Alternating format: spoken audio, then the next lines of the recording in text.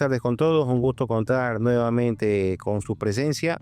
El día de hoy vamos a tratar un tema muy interesante en su espacio, su programa Foro Internacional Antilavado por su canal La Nueva República, donde vamos a tocar un tema clave, no solo en el Ecuador, sino en la región, que es el lavado de activos y la extinción de dominios.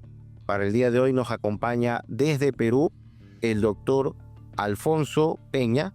Él es especialista y no solo muy conocedor del tema, él es fiscal superior, coordinador nacional de las Fiscalías Especializadas en Extinción de Dominio de Perú, jefe de la Unidad de Cooperación Judicial Internacional y Extradiciones de la Fiscalía de la Nación, miembro de la Asociación Internacional de Derecho Penal, Grupo Peruano, y profesor honorario de la Universidad Peruana de los Andes. Así que un gusto contar el día de hoy, doctor. Muchas gracias por acompañarnos. Sé que anda por Quito con algo de frío. Muy buenas tardes. Sí, un gusto. Sí, acá estoy en la ciudad de Quito, invitado por una institución tanto de Ecuador como con financiamiento de la Unión Europea, SACOS, en un marco de tráfico ilícito de drogas, lavado de activos, extinción de dominio, el cual yo me veo involucrado por la función que desarrollo en el Ministerio Público del Perú, como Coordinador Nacional de Extinción de Dominio. Doctor, empiezo con una pregunta para ganar tiempo, muy puntual y directo a la vena. ¿Cuál es la experiencia, el éxito o la materia pendiente en Perú, lo vivido hasta ahora, que podría ser un buen referente del camino también a seguir? Las cosas buenas se copian en Ecuador. Cuéntenos tu experiencia en Perú.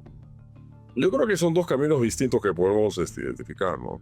Uno propiamente de la persecución penal conforme a los delitos de lavado de activos, crimen organizado, funcionarios, y otra que se fue abriendo sobre todo de una manera más sólida en el año 2019, donde justamente la Fiscalía, el Ministerio Público, la Fiscalía de la Nación crea la subespecialidad de extinción de dominio. A partir de ello, se dio un derrotero y un camino muy importante, ¿no? De que no solamente se podía perseguir penalmente a las personas que habrían cometido uno o varios delitos, sino también ir a la persecución patrimonial.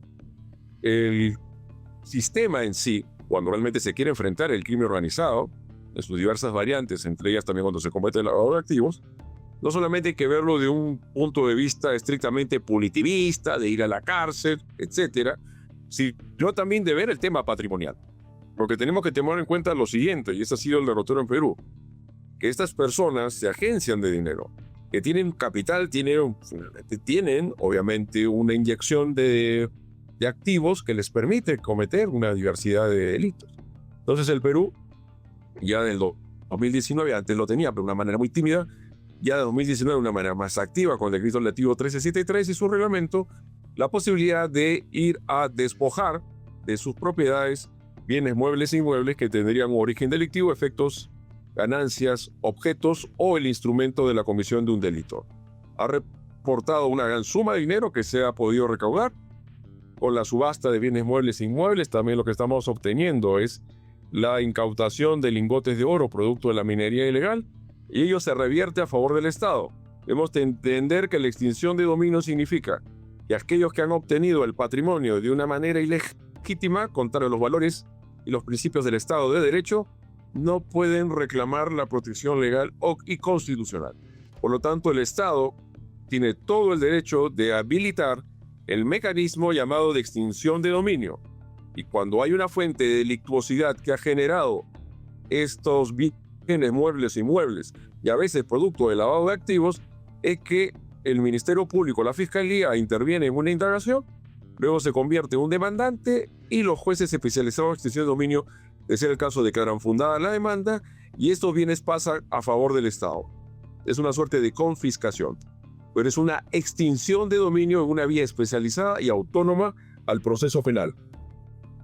Doctor, usted ha mencionado algo que es muy importante ponerlo sobre la mesa, porque si bien estamos hablando de una afectación patrimonial, estamos hablando que tiene que tener previo también el análisis patrimonial, porque es una variable importante relacionada con el lavado de activos.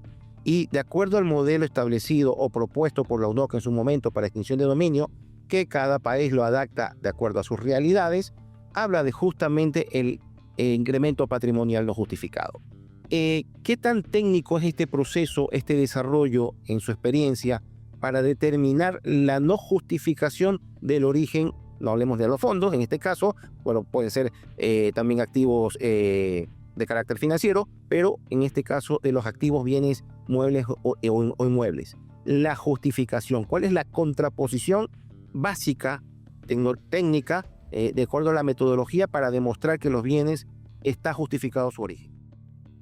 Bueno, hay que ser muy precisos en ello y también eso tiene que ver con un proceso que se ha dado en el Perú. Porque usted ha hecho alusión a algo muy interesante, que es uno de los presupuestos, y no todos, lo que es el incremento patrimonial no justificado. Se habla de una carga prevalente, ¿no? Donde la Fiscalía tiene, si bien es cierto, la carga de la prueba, también los demandados, los requeridos, que pueden ser personas naturales públicas, también tiene la posibilidad de introducir elementos de probanza que permitan acreditar el origen del dinero, de los bienes, de los activos. Pero este tema del incremento patrimonial no justificado, donde decían, no existe una actividad lícita, un negocio, un comercio que permita acreditar, sí, esto es fuente de estas actividades y hay un registro ante la SUNAT, para nosotros es la Administración Tributaria, registros públicos, registros de personas jurídicas, etcétera. Entonces a esta persona se le extinguiría. Pero, sin embargo, esto ha cambiado una pauta muy importante del Tribunal Constitucional peruano, el cual creo que estamos de acuerdo definitivamente. Ese incremento patrimonial no justificado tiene que estar vinculado a la comisión de un delito, en este caso que puede ser el lavado de activos.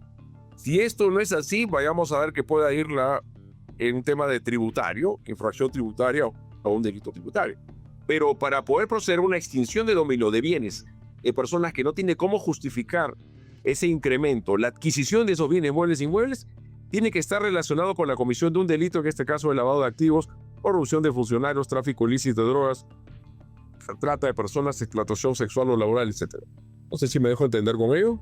No, por supuesto, porque, a ver, quienes intentan lavar dinero de manera más disfrazada o buscando ciertas estructuras societarias, crean justamente empresas fachadas.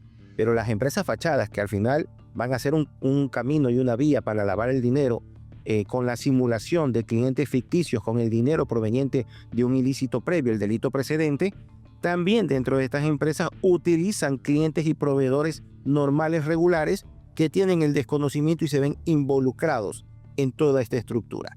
Luego, en una investigación normal, dentro de carácter ya penal, pues tienen que demostrar de alguna manera que no han sido parte de esta estructura y pueden verse afectados.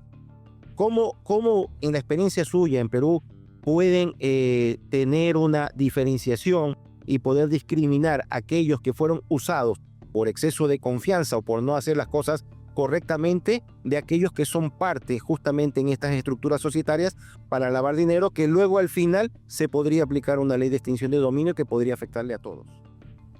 Lo que pasa es que el escenario de extinción de dominio es distinto al penal. En el escenario penal solamente se puede investigar o perseguir penal, y en su caso, si esto es el caso, se le va a condenar a los autores o partícipes de la comisión de ese delito o varios delitos. Algo distinto sucede en la extinción de dominio, donde la persona del requerido, que luego se va a convertir en demandado, pues es una persona ajena a la comisión del delito. Una persona ajena a la comisión del delito que a veces nosotros lo identificamos con el testaferro. ¿A qué me refiero a ello? Y luego entraremos al otro de buena fe, o al exento de buena fe. Que obviamente los funcionarios, sobre todo comprometidos a actos de corrupción de funcionarios, obtienen un incremento patrimonial, obtienen ilícitos, activos, dinero, y lo que hacen es trasladarle a terceros, puede ser sus familiares, otro, para que ellos compren los bienes o inyecten una persona jurídica. Estos son testaferros, que estarían involucrados en lavado de activos. Pero si bien es cierto, puede ser que no estén involucrados en una investigación de lavado de activos. Y ahí es la forma de cómo adquirieron el bien. Si fue una adquisición bajo la buena fe en el Perú requiere su sistema registral y del derecho civil a título oneroso y de quién consta como titular en el registro. Para eso es buena fe. Lo otro es la persona que no hizo lo suficiente y que no tuvo posibilidades de advertir de dónde pudo proceder ese bien. Por ejemplo, un vehículo de alta gama que es comprado de una manera muy sospechosa, que vale en el mercado $40,000, $50,000 y está siendo adquirido a $10,000. Esos son ingredientes o ciertos grados de suspicacias, de evidencias e indicios que podemos construir una teoría del caso de la Fiscalía para poder ir a una extinción de dominio. Pero aquella persona lo ha dejado sentado el Tribunal Constitucional peruano en la sentencia del año pasado, una demanda de inconstitucionalidad contra el decreto relativo 1373, que el que que adquirió el bien inmueble de buena fe, a quien consta el título de registro, su propietario, el título oneroso, y bajo ciertos estándares, no puede ser extinguido el bien. Entonces, lo que tenemos que ver ahí es la trazabilidad del bien. La trazabilidad del bien son los sucesivos o continuos adquisiciones, compraventas u otros negocios jurídicos que pueden haber recaído sobre ese bien. Y es ahí donde el análisis financiero, bancario y otros, etcétera, comercial, no va a poder advertir cuál es la fuente de ese bien. Yo identifico el bien, una determinada cuantificación que debe ser importante, y quién aparece como su titular registrado. Si ese titular registrado es la persona directamente involucrada en la comisión del delito, vamos para adelante. Si es una persona que no involucró en la comisión del delito fuente, el lavado de activos, o corrupción de funcionarios, pero que dio movimiento al otro, sabiendo de la ilicitud del bien, de su origen ilícito, también va para adelante. Y obviamente, el que no tomó todas las medidas de precaución necesarias es algo ya un poco más exigente del rigor probatorio en los bienes instrumentalizables, como son los vehículos, como son los buses interprovinciales, los tractores que pueden ser utilizados para delitos medioambientales, o que se encuentre en un bus que pasajeros habían llevado consigo en su equipaje sustancias ilícitas, psicotrópicas, esto es, drogas prohibidas. O sea, todo va a depender del bien que encontremos, que lo identifiquemos con una determinada actividad criminal y saber quién aparece como su titular registrado. Para proceder. Voy a hablar desde el punto no legal, sino más bien pragmático. Durante muchos años, antes que saliera y que tengamos aquí la ley de extinción de dominio en el Ecuador y como referencia en otros países, lo que siempre se ha dicho es que el proceso para determinar el delito de lavado de activos puede demorar N cantidad de tiempo y resulta que al final no hay bien que incautar. No hay cómo recuperar los fondos de justamente estos activos que se han lavado de una u otra manera porque han cambiado ya de propietarios. La ley en este caso establece pues y las recomendaciones de la UNOC, algunas vías para justamente poder recuperarlo a pesar de que pasen a nombre de terceros y a veces a nombre de terceros de buena fe, no necesariamente un testaferro, un prestanombre. Pero voy a tocar un punto que hoy en el Ecuador se está hablando mucho, que es que justamente para no llegar a la instancia final, tener una instancia previa. Y esa instancia previa es el congelamiento de fondos, el congelamiento de dineros, del delito o del posible delito de lavado de activos que se haya ejecutado.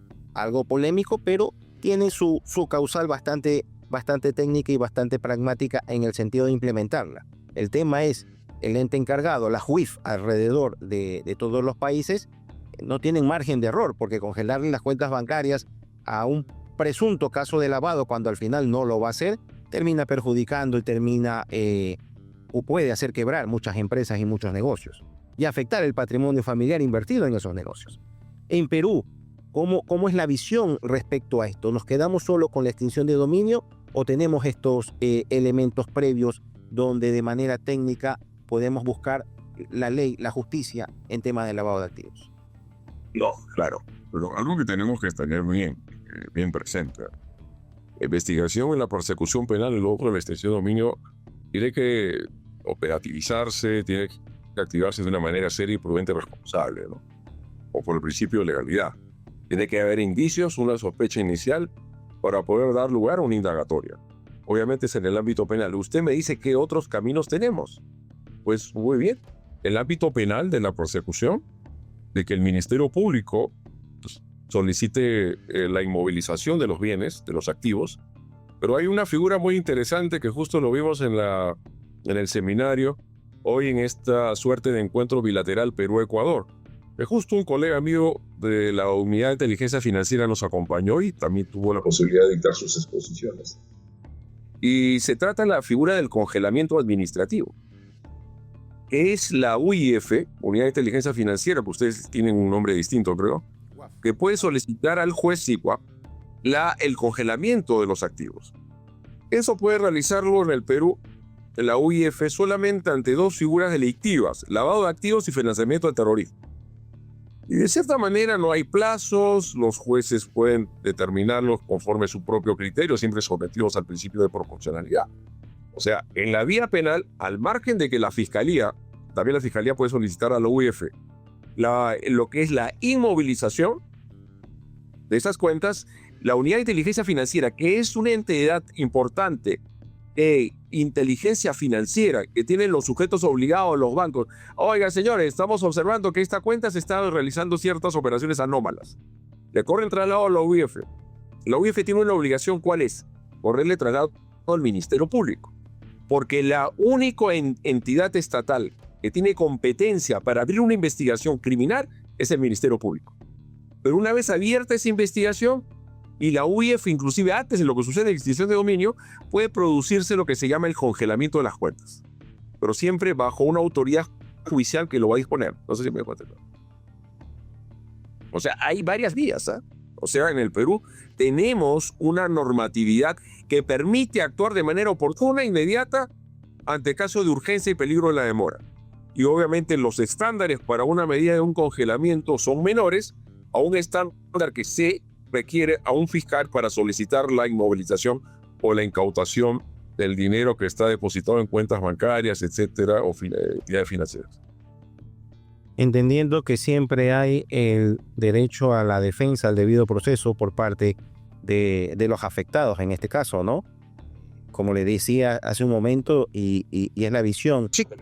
Y es la visión o la percepción o quizás la preocupación de la ciudadanía en general es que no haya un margen de error y que se pueda discriminar a aquellos que efectivamente han cometido el delito y son parte de la estructura que buscaba disfrazar, lavar el dinero, ocultarlo, y aquellos que de una u otra manera, por exceso de confianza, por no conocimiento, por no querer conocer, porque a veces también hay los asesores, aquí hay muchos asesores en todos lados, tributarios, financieros, que lo que recomiendan a los empresarios es mejor si no sabes, y no se trata de eso hay que cambiarlo. Entonces, poderlo diferenciar y tener una vía de defensa de aquellos terceros que no son parte, pero han sido utilizados de una u otra manera. Bueno, todo dependerá, como lo vuelvo a retirar, ¿no?, de la situación de estas personas o personas.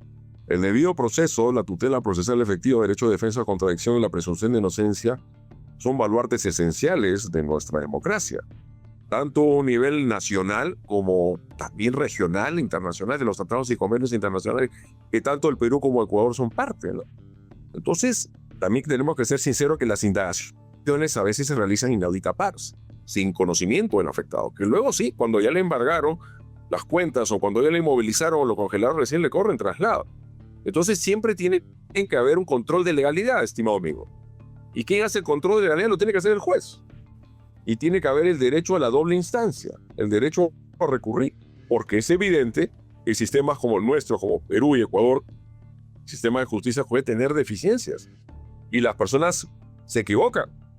Y para eso tiene que cubrirse una doble instancia, porque una investigación por lavado de activos tiene consecuencias muy perniciosas para el investigado. Entonces, el Ministerio Público ha pasado por un momento un poco difícil, pero creo que en la actualidad y bajo la batuta del doctor Tomás Gálvez Villegas, que es el nuevo fiscal de la Nación, desde ya de manera permanente, desde enero de este año, nos ha trazado una nueva vida institucional donde el Ministerio Público persigue el delito, sí lo persigue, pero siempre bajo dos principios medulares, legalidad y objetividad. Y que sobre todo el Ministerio Público, la Fiscalía, conjuntamente con la Policía, debe buscar estos patrimonios criminales que están comprometidos en organizaciones delictivas. Porque creo que el gran desafío y reto que tiene el Perú y Ecuador y toda la región es la lucha frente al crimen organizado. Totalmente. Y ya para ir finalizando, ¿qué tan importante, qué tan medular es la sinergia que tienen que existir entre dos instituciones en el ámbito financiero y económico para analizar estos patrimonios, que vendría a ser la Administración Tributaria, la SUNAT en Perú y la UIF? ¿Funciona en Perú? Cuando ustedes reciben los informes, los análisis, más allá del aspecto jurídico, el aspecto financiero, ¿qué tan gravitante es la exactitud de los números y los resultados? Pues es importantísimo. Es importantísimo. Los números dicen mucho. Cuando tuvimos, no sé si vio mi currículum, yo fui el jefe en la cooperación judicial internacional. Cuando empezamos a activar los temas de recuperación de activos, de dineros que habían salido luego de acá en los 90, Fujimori y Montesinos se fueron a Liechtenstein, a Luxemburgo, a Suiza, entendí algo muy claro, y que también obviamente se aplica en el lavado de activos, que es la inteligencia financiera. The trace of money, como dice la ruta del dinero. Esa trazabilidad del bien y del dinero resulta siendo fundamental. Entonces, el Ministerio Público es un órgano que dirige la investigación, titular del ejercicio de la acción penal pública, y también lo es en Ecuador. Pero para eso yo me tengo que nutrir y me tengo que alimentar de otros órganos, entidades. Una cosa es la UIF y otra cosa es la SUNAT. Porque la UIF ya realiza una labor ya indagatoria, porque ellos ya están con los números. Ellos están ingresando a ver, sin necesidad de una autorización judicial, los movimientos bancarios y financieros de una persona natural y una persona jurídica. Y lo otro es que ya en las indagaciones patrimoniales de extinción de dominio, el fiscal va a pedir información a la SUNAT, a la SUNAR, registros públicos, a los servicios de migraciones, a lo que es servicio de registros de personerías jurídicas, a la SUNAFIL, a todas las identidades, es decir, a la Superintendencia de Banca y Seguros. Entonces, el Ministerio Público también es así, debe ser en Ecuador, tiene que llevar su labor coadyuvada con todo lo que los órganos administrativos que les he hecho referencia tienen que darle esta información. Porque esas son las evidencias para construir su teoría del caso. Entonces, creo que el éxito del proceso de extinción de dominio y lo que son las investigaciones por lavado de activos requieren de una inteligencia financiera muy proactiva y dinámica. Y eso demanda que el Ministerio Público, con estas instituciones y los convenios que pueda tener, trabajar de la mano para, primero, intervenir de manera oportuna y eficiente, y hay un punto importante, sin que nadie se entere. Eso sí me depende de todo el proceso, no puede ser público. Que no se filtre la información antes de golpear. No sé si me entiende. Incluso aquellos que se los investiga, que no se enteren que están siendo investigados. No, llegado el momento se van a enterar. Y tienen que enterarse porque tienen todo el derecho de defensa. Pero si usted quiere hacer seguimientos, si usted quiere intervenir cuenta, no le va a decir, oiga, usted, por si acaso lo voy a intervenir, por favor, espéreme. O como decir, van a hacer un allanamiento, espéreme con el pan y con el té o con el café. O sea, esas medidas, para que sean efectivas y eficientes, estimado amigo, tienen que ser oportunas y estricta reserva entre el Ministerio Público, la policía y la almacenía. Doctor, ha sido muy interesante. Sabemos que tiene otro compromiso académico ya mismo, pero su participación y todo lo que nos ha brindado el día de hoy son inputs muy buenos. Una palabra final es, ¿qué le hace falta al modelo, al sistema, tanto de su experiencia en su país, Perú, como lo que usted visualiza a nivel de toda la región? ¿Qué le hace falta para que sea realmente efectivo? Porque del otro lado se preparan en conocimiento, en prevención, en no ser detectado. O sea, tienen y destinan recursos económicos para la preparación, mientras de que del lado que buscamos hacer las cosas bien, tanto en la parte pública o privada, pues los recursos escasean muchas veces. Usted acaba de decir algo que es fundamental, es el presupuesto. ¿Cómo avanzamos sin presupuesto, no? ¿Cómo enfrentamos el crimen organizado? Es como decir cuando andaba los Volkswagen, mejor dicho, los investigadores están en Volkswagen y los miembros de la organización criminal están en BMW o Porsche. Entonces se necesita tanto en Perú como en Ecuador fondos suficientes económicos para poder activar el aparato persecutorio tanto penal como patrimonial. Y para eso se requiere el apoyo del sistema político. Pero bueno, el sistema político a veces no es muy proclive a hacerlo porque tal vez algunos de ellos estén involucrados en estos actos delictivos. Y para eso acudir las agencias de cooperación internacional resulta siendo fundamental. Y otro pilar también que es esencial es la institucionalidad de las entidades competentes, sobre todo el Ministerio Público y el Poder Judicial. El Ministerio Público tiene que ser independiente, autónomo del Poder Político, tanto el Poder Legislativo como el Poder Ejecutivo. Porque si no, se contamina de injerencia de los políticos el sistema de persecución penal. Tenemos que tener instituciones sólidas. Para que haya instituciones sólidas en el Estado de Derecho tienen que ser independientes y autónomos del poder político, tanto el Ministerio Público como el Poder Judicial. Esa es mi posición en todo caso. Doctor, le agradezco mucho habernos acompañado y compartido su experiencia aquí en el Ecuador. Todavía estamos desarrollando y creo que de manera positiva habrá cosas que ir mejorando en el camino. Justamente el combate al lavado de activos. Aquí tenemos una información, digo yo, fabulosa. La entidad tributaria, el SRI, aquí tiene la mejor base de datos patrimonial del país y creo que una de las mejores de la región. Una fuente de datos buenísima, trabajando de la mano de la UIF del Ecuador, que es la UAFE, poder hacer un análisis patrimonial en función del origen de los fondos, para determinar si ese origen es lícito o no es lícito, ¿no? Y también esos incrementos patrimoniales, si están o no justificados, bajo la figura de testaferro, que es un tema y una modalidad dañina dentro de la ley del SWAT en todos los países, no solo el Ecuador. Y ese es el desafío, seguir avanzando, qué bueno, estos cursos, seminarios que me comenta que ha estado en Quito, entre dos países, porque de esa manera podemos... Aún estoy en Quito.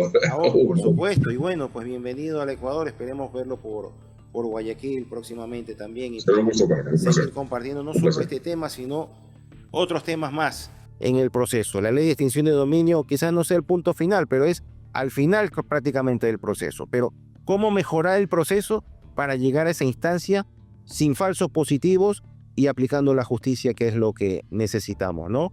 Con el conocimiento respectivo dentro del ámbito de los controladores y de los controlados, que muchas veces no conocen el tema y a veces por exceso de confianza, suele ocurrir mucho aquí, se ven involucrados como terceros implicados, más allá de buena fe, yo diría de exceso de confianza, y cómo te defiendes si no has tenido lo mínimo necesario para poder verificar quiénes son tus clientes o tus proveedores, con quién estás transaccionando.